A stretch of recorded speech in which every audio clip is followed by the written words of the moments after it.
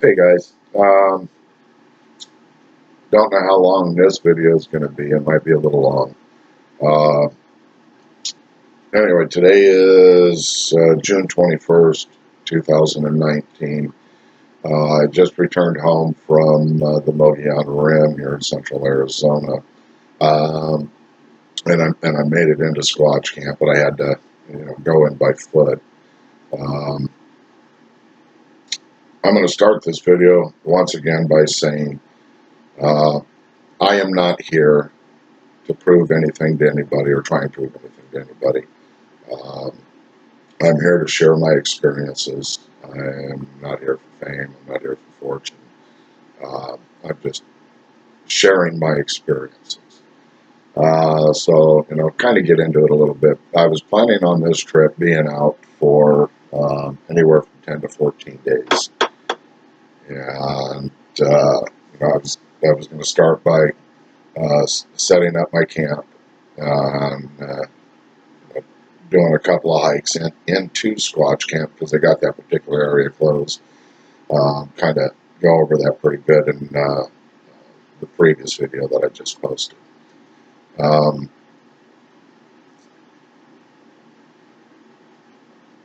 some of the things that I experienced on this trip, I kind of set up uh, to test one of my theories. Uh, the buddy of mine I'd taken up there with me, uh, he's you know, the most polite way that I can say this is he's gone through some things in life, and they kind of messed with him pretty bad. And he's trying to figure out how to to adapt to it and move forward. And he's come a long way in life, compared to where he was a couple of years ago when I first met him. He's advanced. But he still has his moments, and he just doesn't really know how. Or I shouldn't say doesn't know how.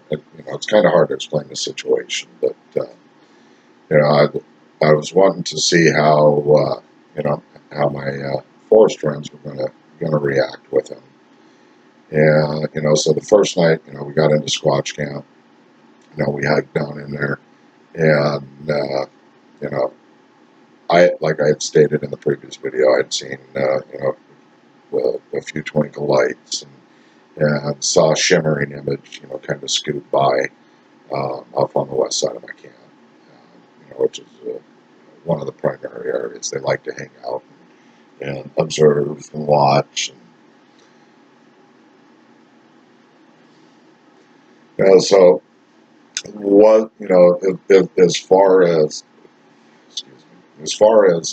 my normal interactions at Squatch Camp, not just when I'm by myself, but when I have my buddy up there. Um,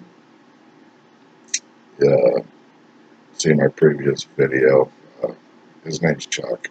We did a video about the Mogollon Monster here in Arizona. He spent a vast amount of time up there with me, but once again, not near as much time as I've spent up there. But the things that we've experienced up there are just phenomenal.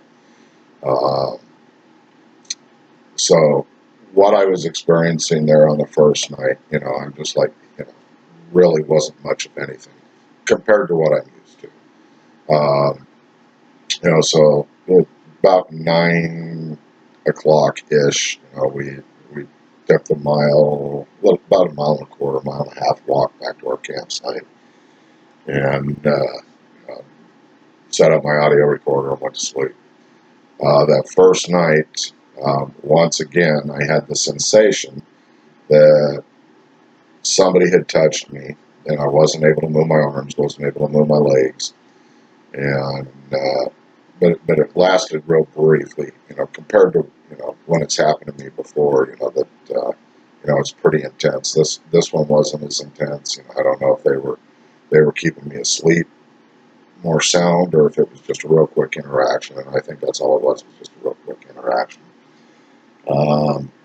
We got up the next morning, and I took them sightseeing up on top of the Mogollon Rim to some of the other locations where we've had activity, and was able to show them some structures, the typical X structures and teepees and branch breaks that. And I'm sure a lot of that you've already seen on my previous videos.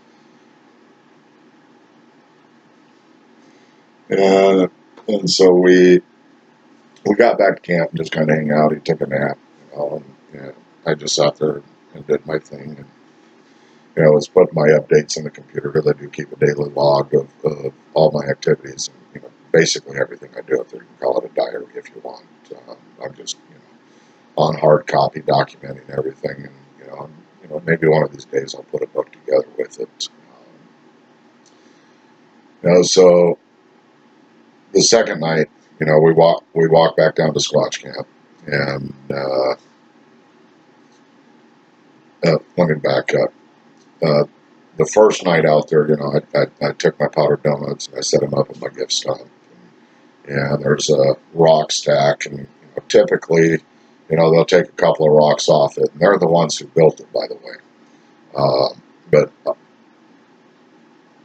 kind of how it's gone is that when I leave a gift, I put 2 rocks on top of the rock stack, and when they take the gift, they'll take the rocks off the rock stand, and that's been kind of a typical behavior between the two of us. Last year they kind of changed it up on me a little bit, but that's a constant learning curve, and just when you think you got something figured out with them, they decide they're going to teach you a new lesson or a new way of doing things, I guess is the best way to put it. So going back the second night, we went out to the gift stump, and they hadn't touched the donuts, they hadn't touched the rock stack. Yeah, there's a whole different feel in there right now, and I don't know if it's because the area is closed to vehicle traffic, or if there's something different going on in there, and I'll get to that here in a little bit. And so we're starting our night sit, and another researcher, a friend of mine, Ron Kastner, he showed up on the site, and and it was nice to have secondary company there, and so we were just shooting the shit and talking, and we were hearing a little bit of movement, and that heard a couple of clacks, and the really interesting part about it was we started hearing a duck. Quack, quack, quack, quack, quack. Quack, quack, quack, quack, quack. And I'm here to tell you that there are no ducks up there. No, you'd have just as much of a chance of finding an ostrich up there. They're just not there.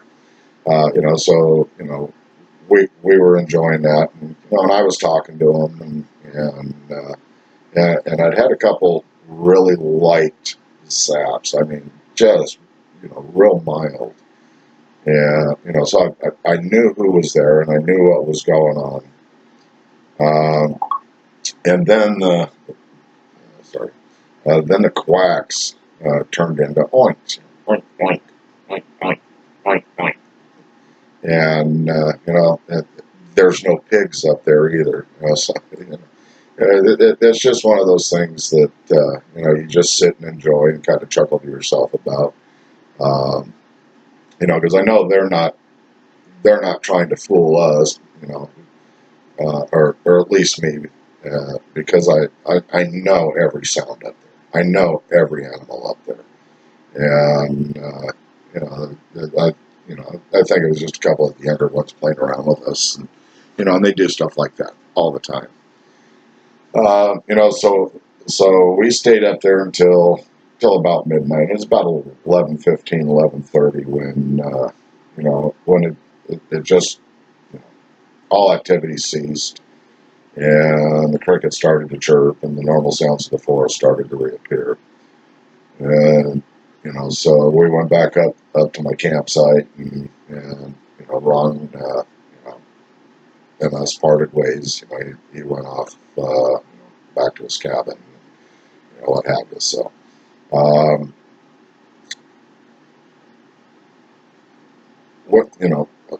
was really tired, went to sleep, and I didn't set out my audio recorder that night. And it's very, very rare that I forget to put my audio recorder out, but that was one of those nights. It just seemed like there was absolutely no activity at the campsite. Um, slept sound through the morning, got up, made coffee, went about my normal routine. And decided to, later that night, or that evening, it was getting close to dark, and my buddy that was up there with me, he didn't want to go back down there, because he was kind of having some episodes, and wanted some alone time, and that was cool. So I go back down to the Squatch camp, and I'm down there. I don't know. I was down there probably 15 minutes, and I stopped by the gift shop. Donuts still hadn't been touched. The rock pile hadn't been touched, and so as soon as I get over to the Squatch camp proper, started to sit down, I got this distinct mind speak. You need to leave. And I was like, I need to leave? You need to leave. And so, because of past experiences with this, I don't take it lightly, and I've learned not to brush it off. So I grabbed the chairs and back up to our campsite I went, where we were camping at. And, so we decided, he kept wanting to have a fire. If anybody who's watching my videos know I don't, typically have a fire, very rarely. And so I was like, well, okay, we'll do the camping thing tonight. And so we had a little fire, and I was seeing quite a few twinkle lights, and I definitely had saw movement. Uh, Let me back up. While I was gone, he said that he was hearing rock clacks coming from right down the hill from us. And he said that's exactly what it sounded like, was rocks clacking together. So fast forward, we got the fire, I've seen some of the twinkle lights, and saw some movement. And then we were getting whistled at.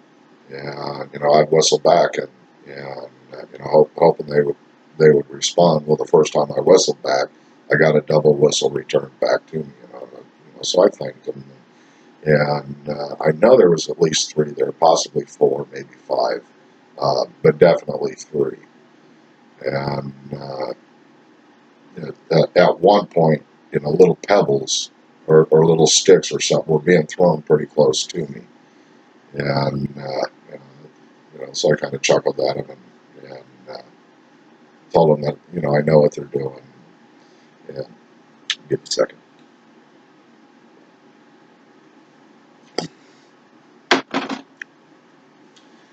And could actually hear the physical steps moving around outside of the camp. Definitely out of range of visible light from the campfire. And one of the reasons I don't like having a campfire is because the crackling and the noise of the fire drowns out a lot of the subtleties of what they do, and and then the flickering light, kind of plays tricks on the eyes. Um, but so they were moving around the camp, a little bit, and I'd gotten a couple of good zaps, not my power zaps, the ones that I really liked, but they were definitely letting me know that they were there. And so throughout this, I'm talking to them, and all of a sudden I just get really super tired, fighting to keep my eyes open, so I tell my buddy, I said, I'm calling it a night, I'm going to sleep. And I was sleeping out on my cot, and he was sleeping inside the tent. And it was right after we went, or it was the next morning he told me this, but he said right after I went to bed, because when I hit the sack, I was out cold, and I didn't stir or budge until the following morning.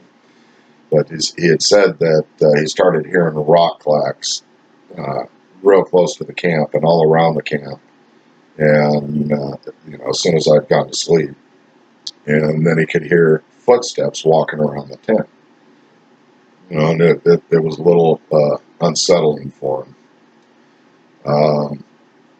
Got up in the morning, following the same routine, making my coffee, but I started packing stuff up because we decided we were going to jump site and go over to another location, what I'm now dubbing Coyote Camp.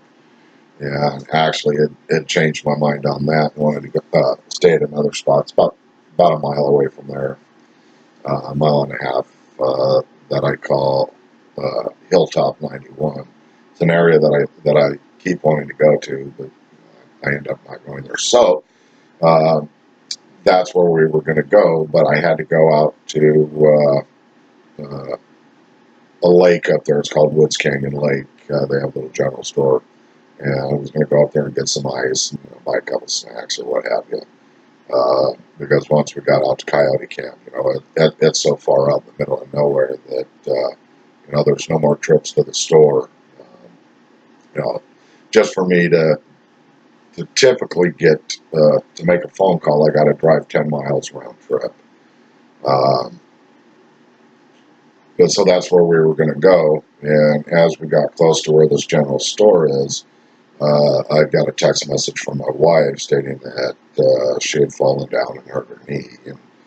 And I called her up, and she said, "No, you're okay to stay up there. It's not that bad."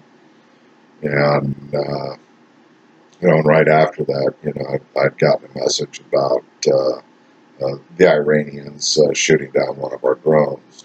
And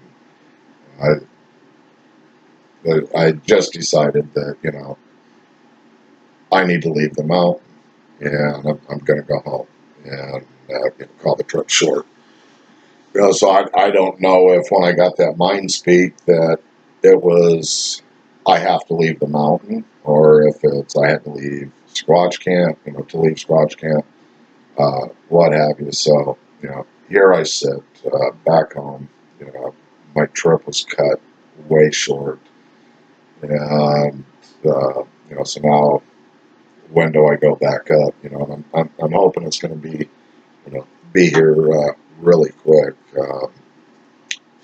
The 4th of July weekend's coming up, but we won't be out doing that. Actually, 3rd of July is my wife and I's 30th anniversary, and we're actually staying up at a lodge, kind of close to there, but get out of town, get her out of the heat, and just enjoy ourselves. Wonderful woman. Uh, do everything in the world that I can to make her happy and to please her, and likewise, it's a sharing relationship. So back to part of my point that I was making earlier about a little test that I was doing, and I'd made a previous video about the personalities and Sasquatch, the forest people. I honestly don't think they cared for my buddy. Just because of how the activity was, the little amount of the activity, and that this was a little personal test that I was doing, and not saying that I'm this great, this great person, but there's something about me, my personality. There's something about my buddy Chuck, his personality. There's something about Ron, his personality, and other people that have come up, and my neighbor Scott, phenomenal activity. My son, my family, I've just had so many people come up that are just so in tuned to this that it definitely shows that who you are in here, um, you know, and a lot of it is, are you an honest person with yourself? Are you hiding from something?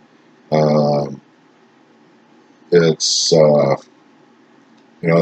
that there is a personal level to this. They can sense what kind of person you are. They can sense who you are. And I think I've put in some of my previous videos that, this zapping thing. So many people, oh, it's infrasound. Well, no, it's not infrasound. We've debunked that on so many levels that I won't even entertain that thought anymore. I initially did. I initially was like, well, that makes sense, but when it happens to me and the guy sitting next to me, it doesn't happen to, or when it happens to the guy next to me and it doesn't happen to me. Uh, when it happens to my grandson while my son is holding him, it doesn't happen to my son, and vice versa happens to my son and not my grandson. It rules out infrasound. Uh, what it is, I don't know. What I believe it is that somehow they're making a neurological connection with you, and when they do this, they can see who and what you are at a deeper level than their first intuition of you.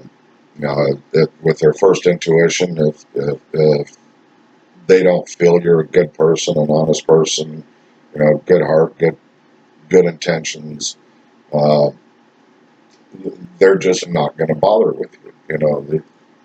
These forest people are so farther along than we are, and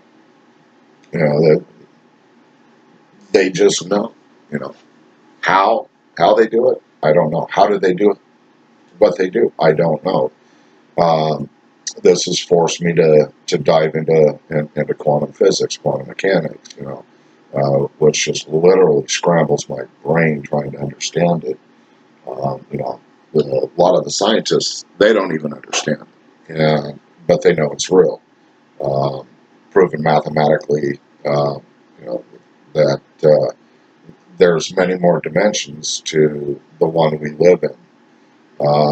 There's the spectrum of colors that we can see is like this little bitty speck compared to the whole chart of light, and so they're somewhere in between on one side or the other, or all of the above, um, with their abilities. I mentioned in a previous video that I don't like the phrase that they cloak, um, because, people automatically start thinking that, oh, they're, like the Predator, they're pushing a button on their arm and they've disappeared.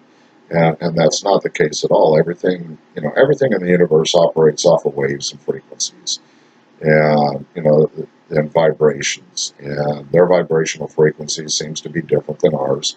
And some of the Apaches have said that you will see the hairy man when he lets you.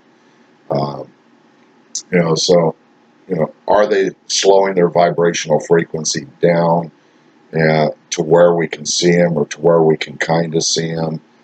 Displacement of light for what our retinas can pick up, what our eyes are actually able to see.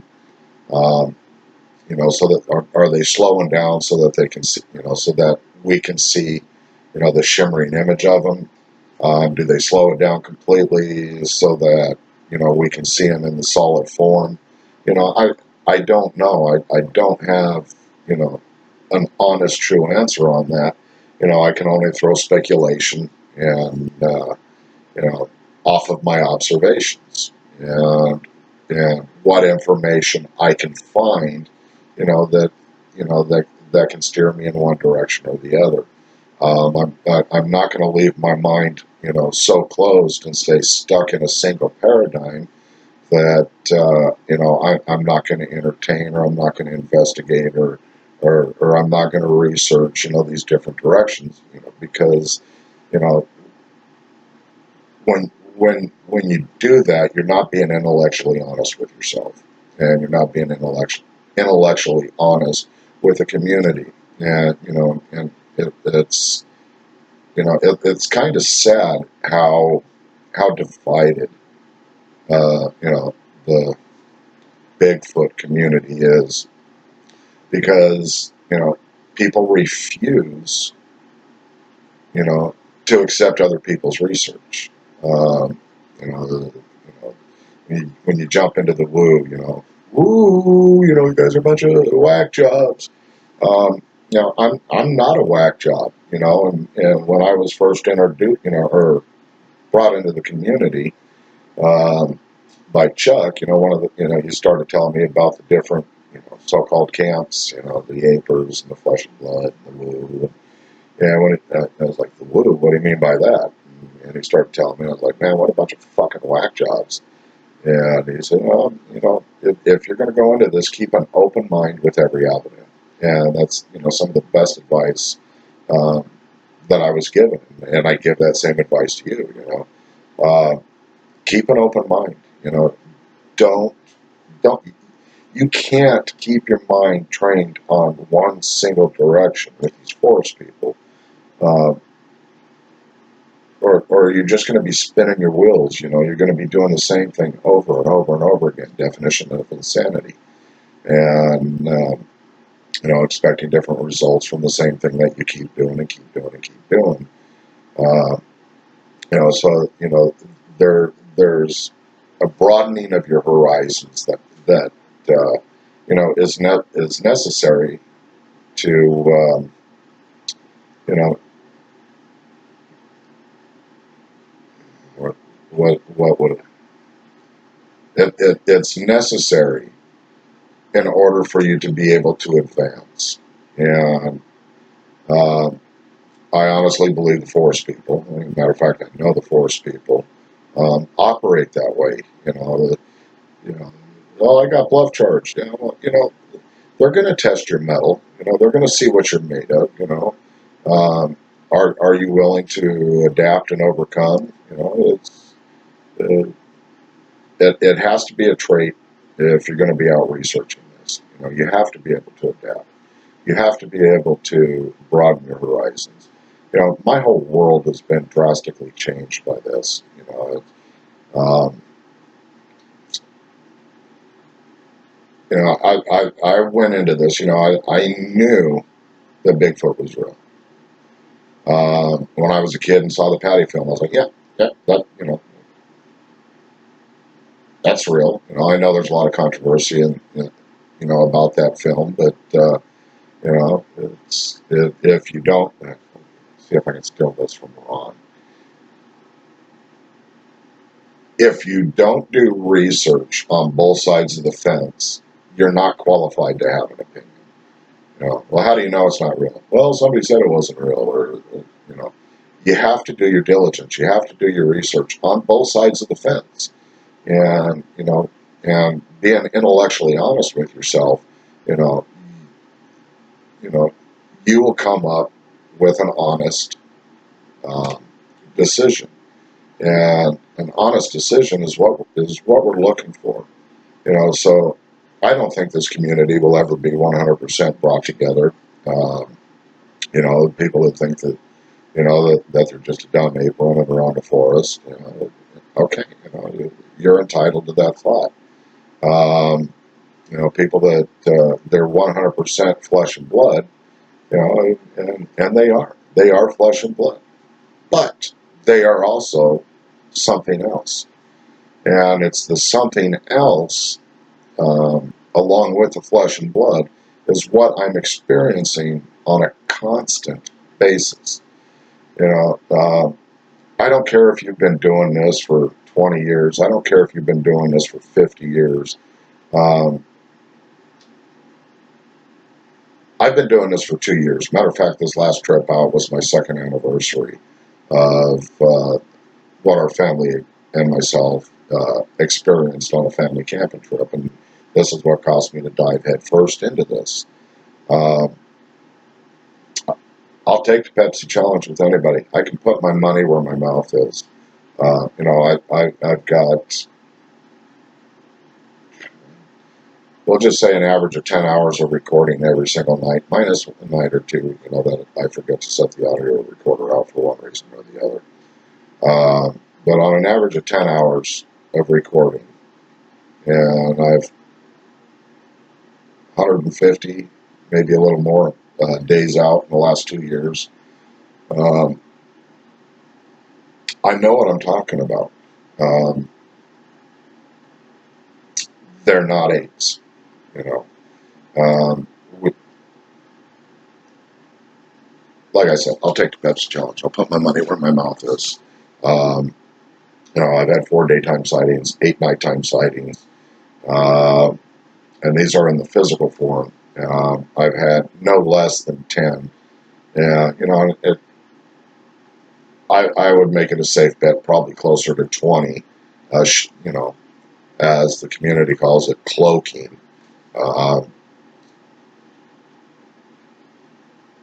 Probably closer to 20, but no less than 10 times I've seen it.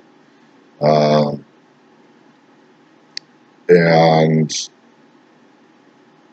nightly interactions, daytime interactions. So, you know, I'm not the all-knowing, and please, please, please understand. Uh, the only thing I will absolutely 100% emphatically say is they are not apes. They are not descendant of a gigantic, gigantic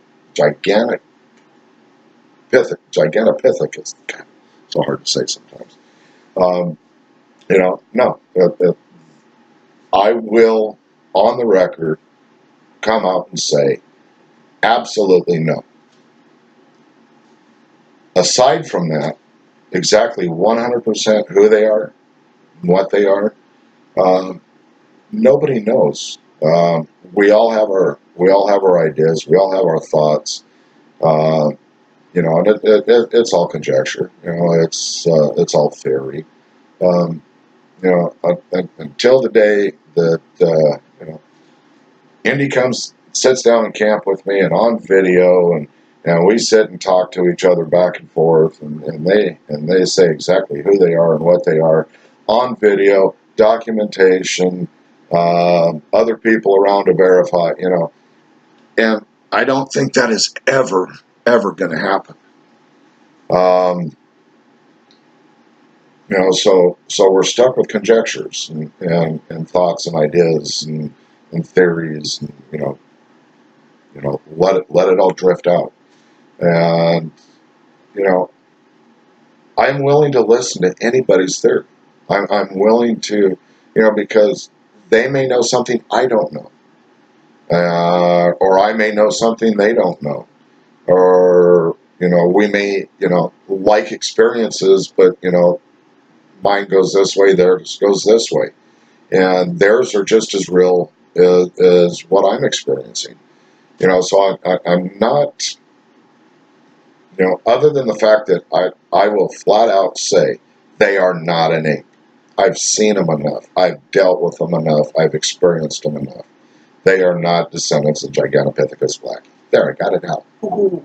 Um, so exactly 100% who they are, what they are.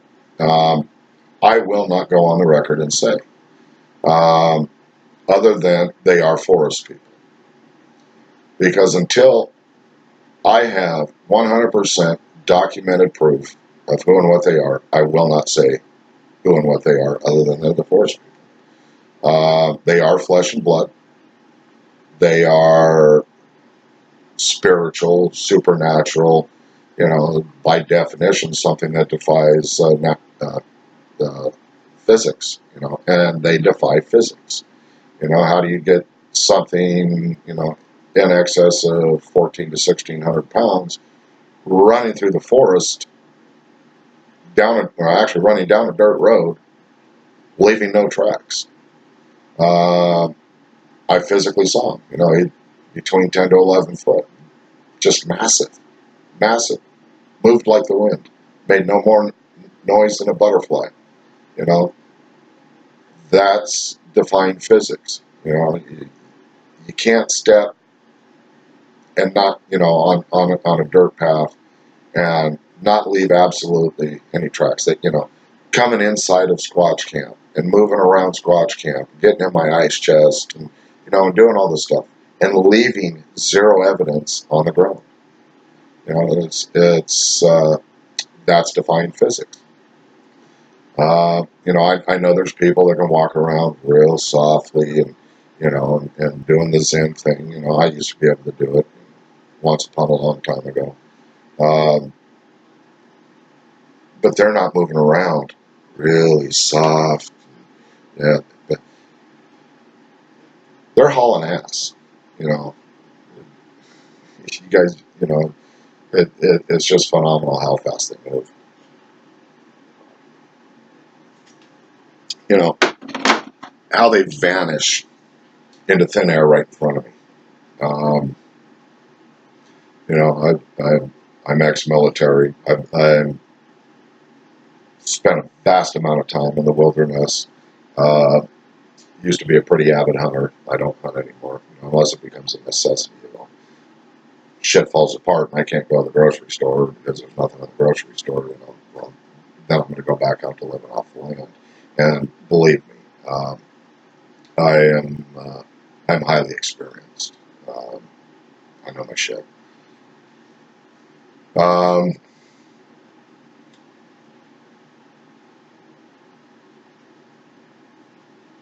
Enough of me.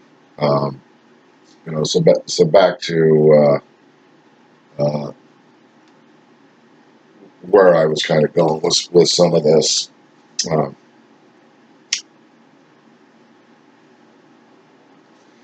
we as a community really need to pull together, you know, and if I'm proven wrong on my theories, I'm absolutely fine with that.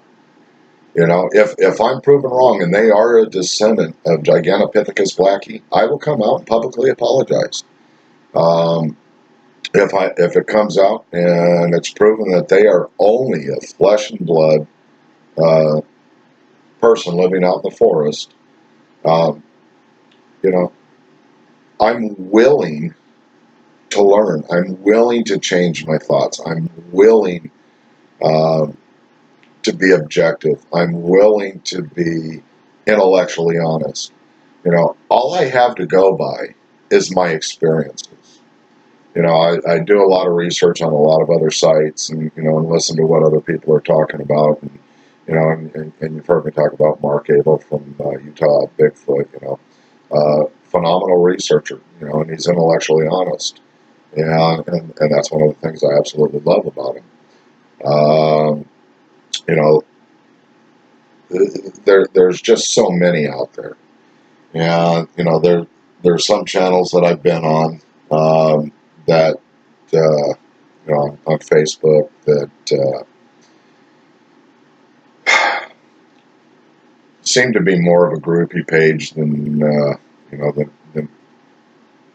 people willing to learn the truth, and we don't know where the truth lies. We can only go by Joe Shit the Ragman's story, and Billy Joe Bob's story, and Franklin's story, and Betty Sue's story, and whoever.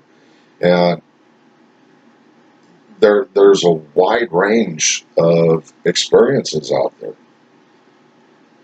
Could it be that there's more than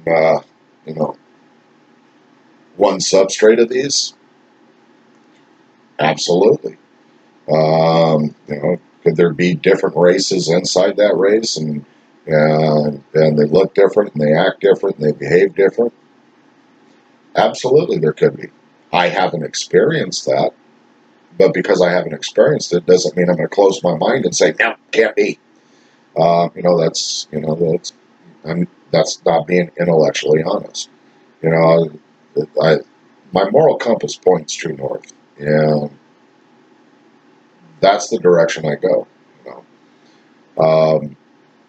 You so if something comes out and proves me absolutely dead 100% wrong, I'll change my line of thinking. I'll change,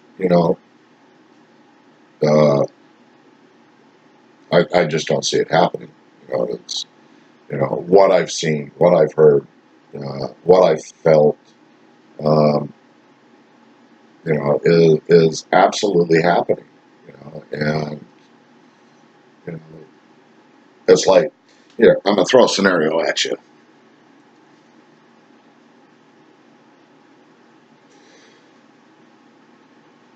You're walking through the forest,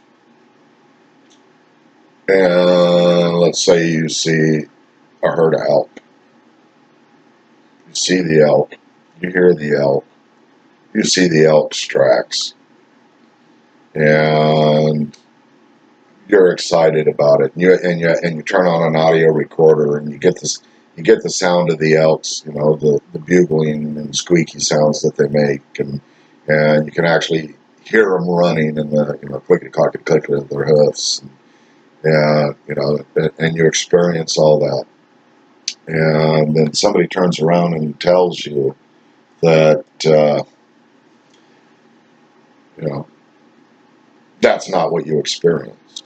You know, we'll say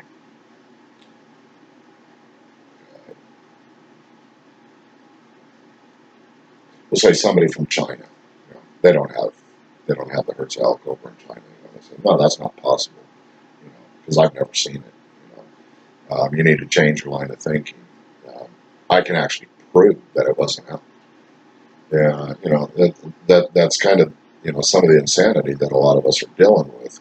Because when we're seeing orbs, we're seeing orbs. When we're seeing twinkle lights, we're seeing twinkle lights. When we're seeing shimmering images, we're seeing shimmering images. When we're hearing them talk, actually speak, we're actually hearing it. When we hear them get into our ice chests or see them getting into other stuff, um, there's just so much overwhelming evidence of it. Um, you know, what do you do with it? You know? So, but enough of this babbling around. I am going to be doing my best to get back up there here shortly. I don't know. I may go back up tomorrow. I don't know. I just have to be back down before the 1st of July. Get ready for my anniversary because Mama comes first. But so maybe I'll get back up there for another 5 days, 6 days. What is 21st? Maybe I'll go back up tomorrow and be up there for another 5 days. I don't know. Maybe I'll just sit here. Um, don't want to sit here. I want to be back up there. So I've kind of rambled on a lot with this. Before I sign off, um, previous videos I had talked about that I was getting ready to go down for my knee surgery. I was actually at the hospital, waiting to get admitted, but there was something wrong with the paperwork that the VA had authorized, and so they were trying to get that straightened out, and they couldn't get it straightened out. So I turned around and went home. I'm not paying for this out of my pocket. It's a combat injury. The VA is going to pay for it. Now I'm going to back up a little bit.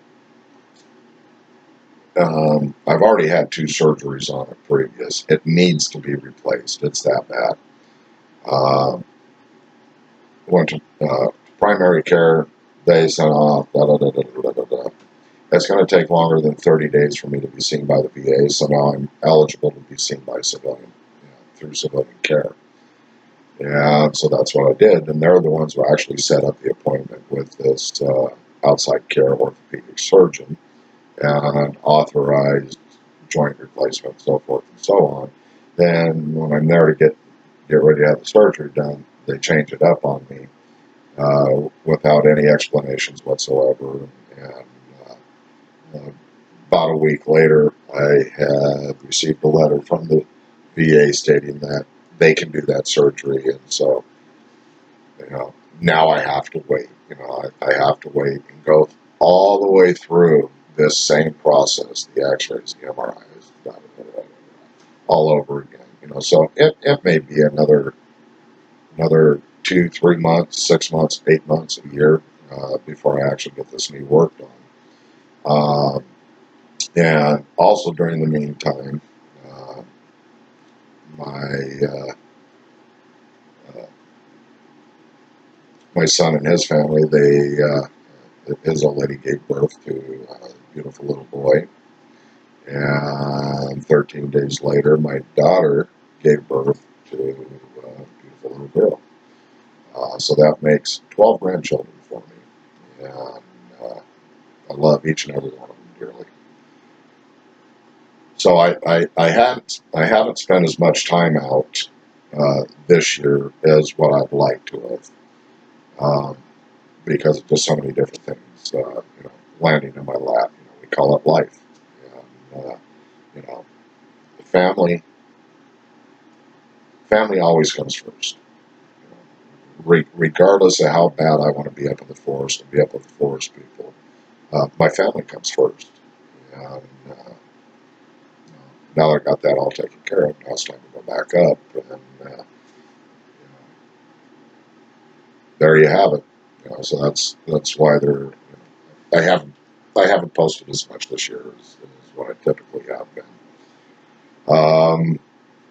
So I'm gonna call this quits because I've got a few things I got to accomplish today, and as much as I enjoy sharing my experiences and my thoughts with you guys, I got stuff to do. So um, I'll work on getting this posted. We'll talk to you guys later. Peace out.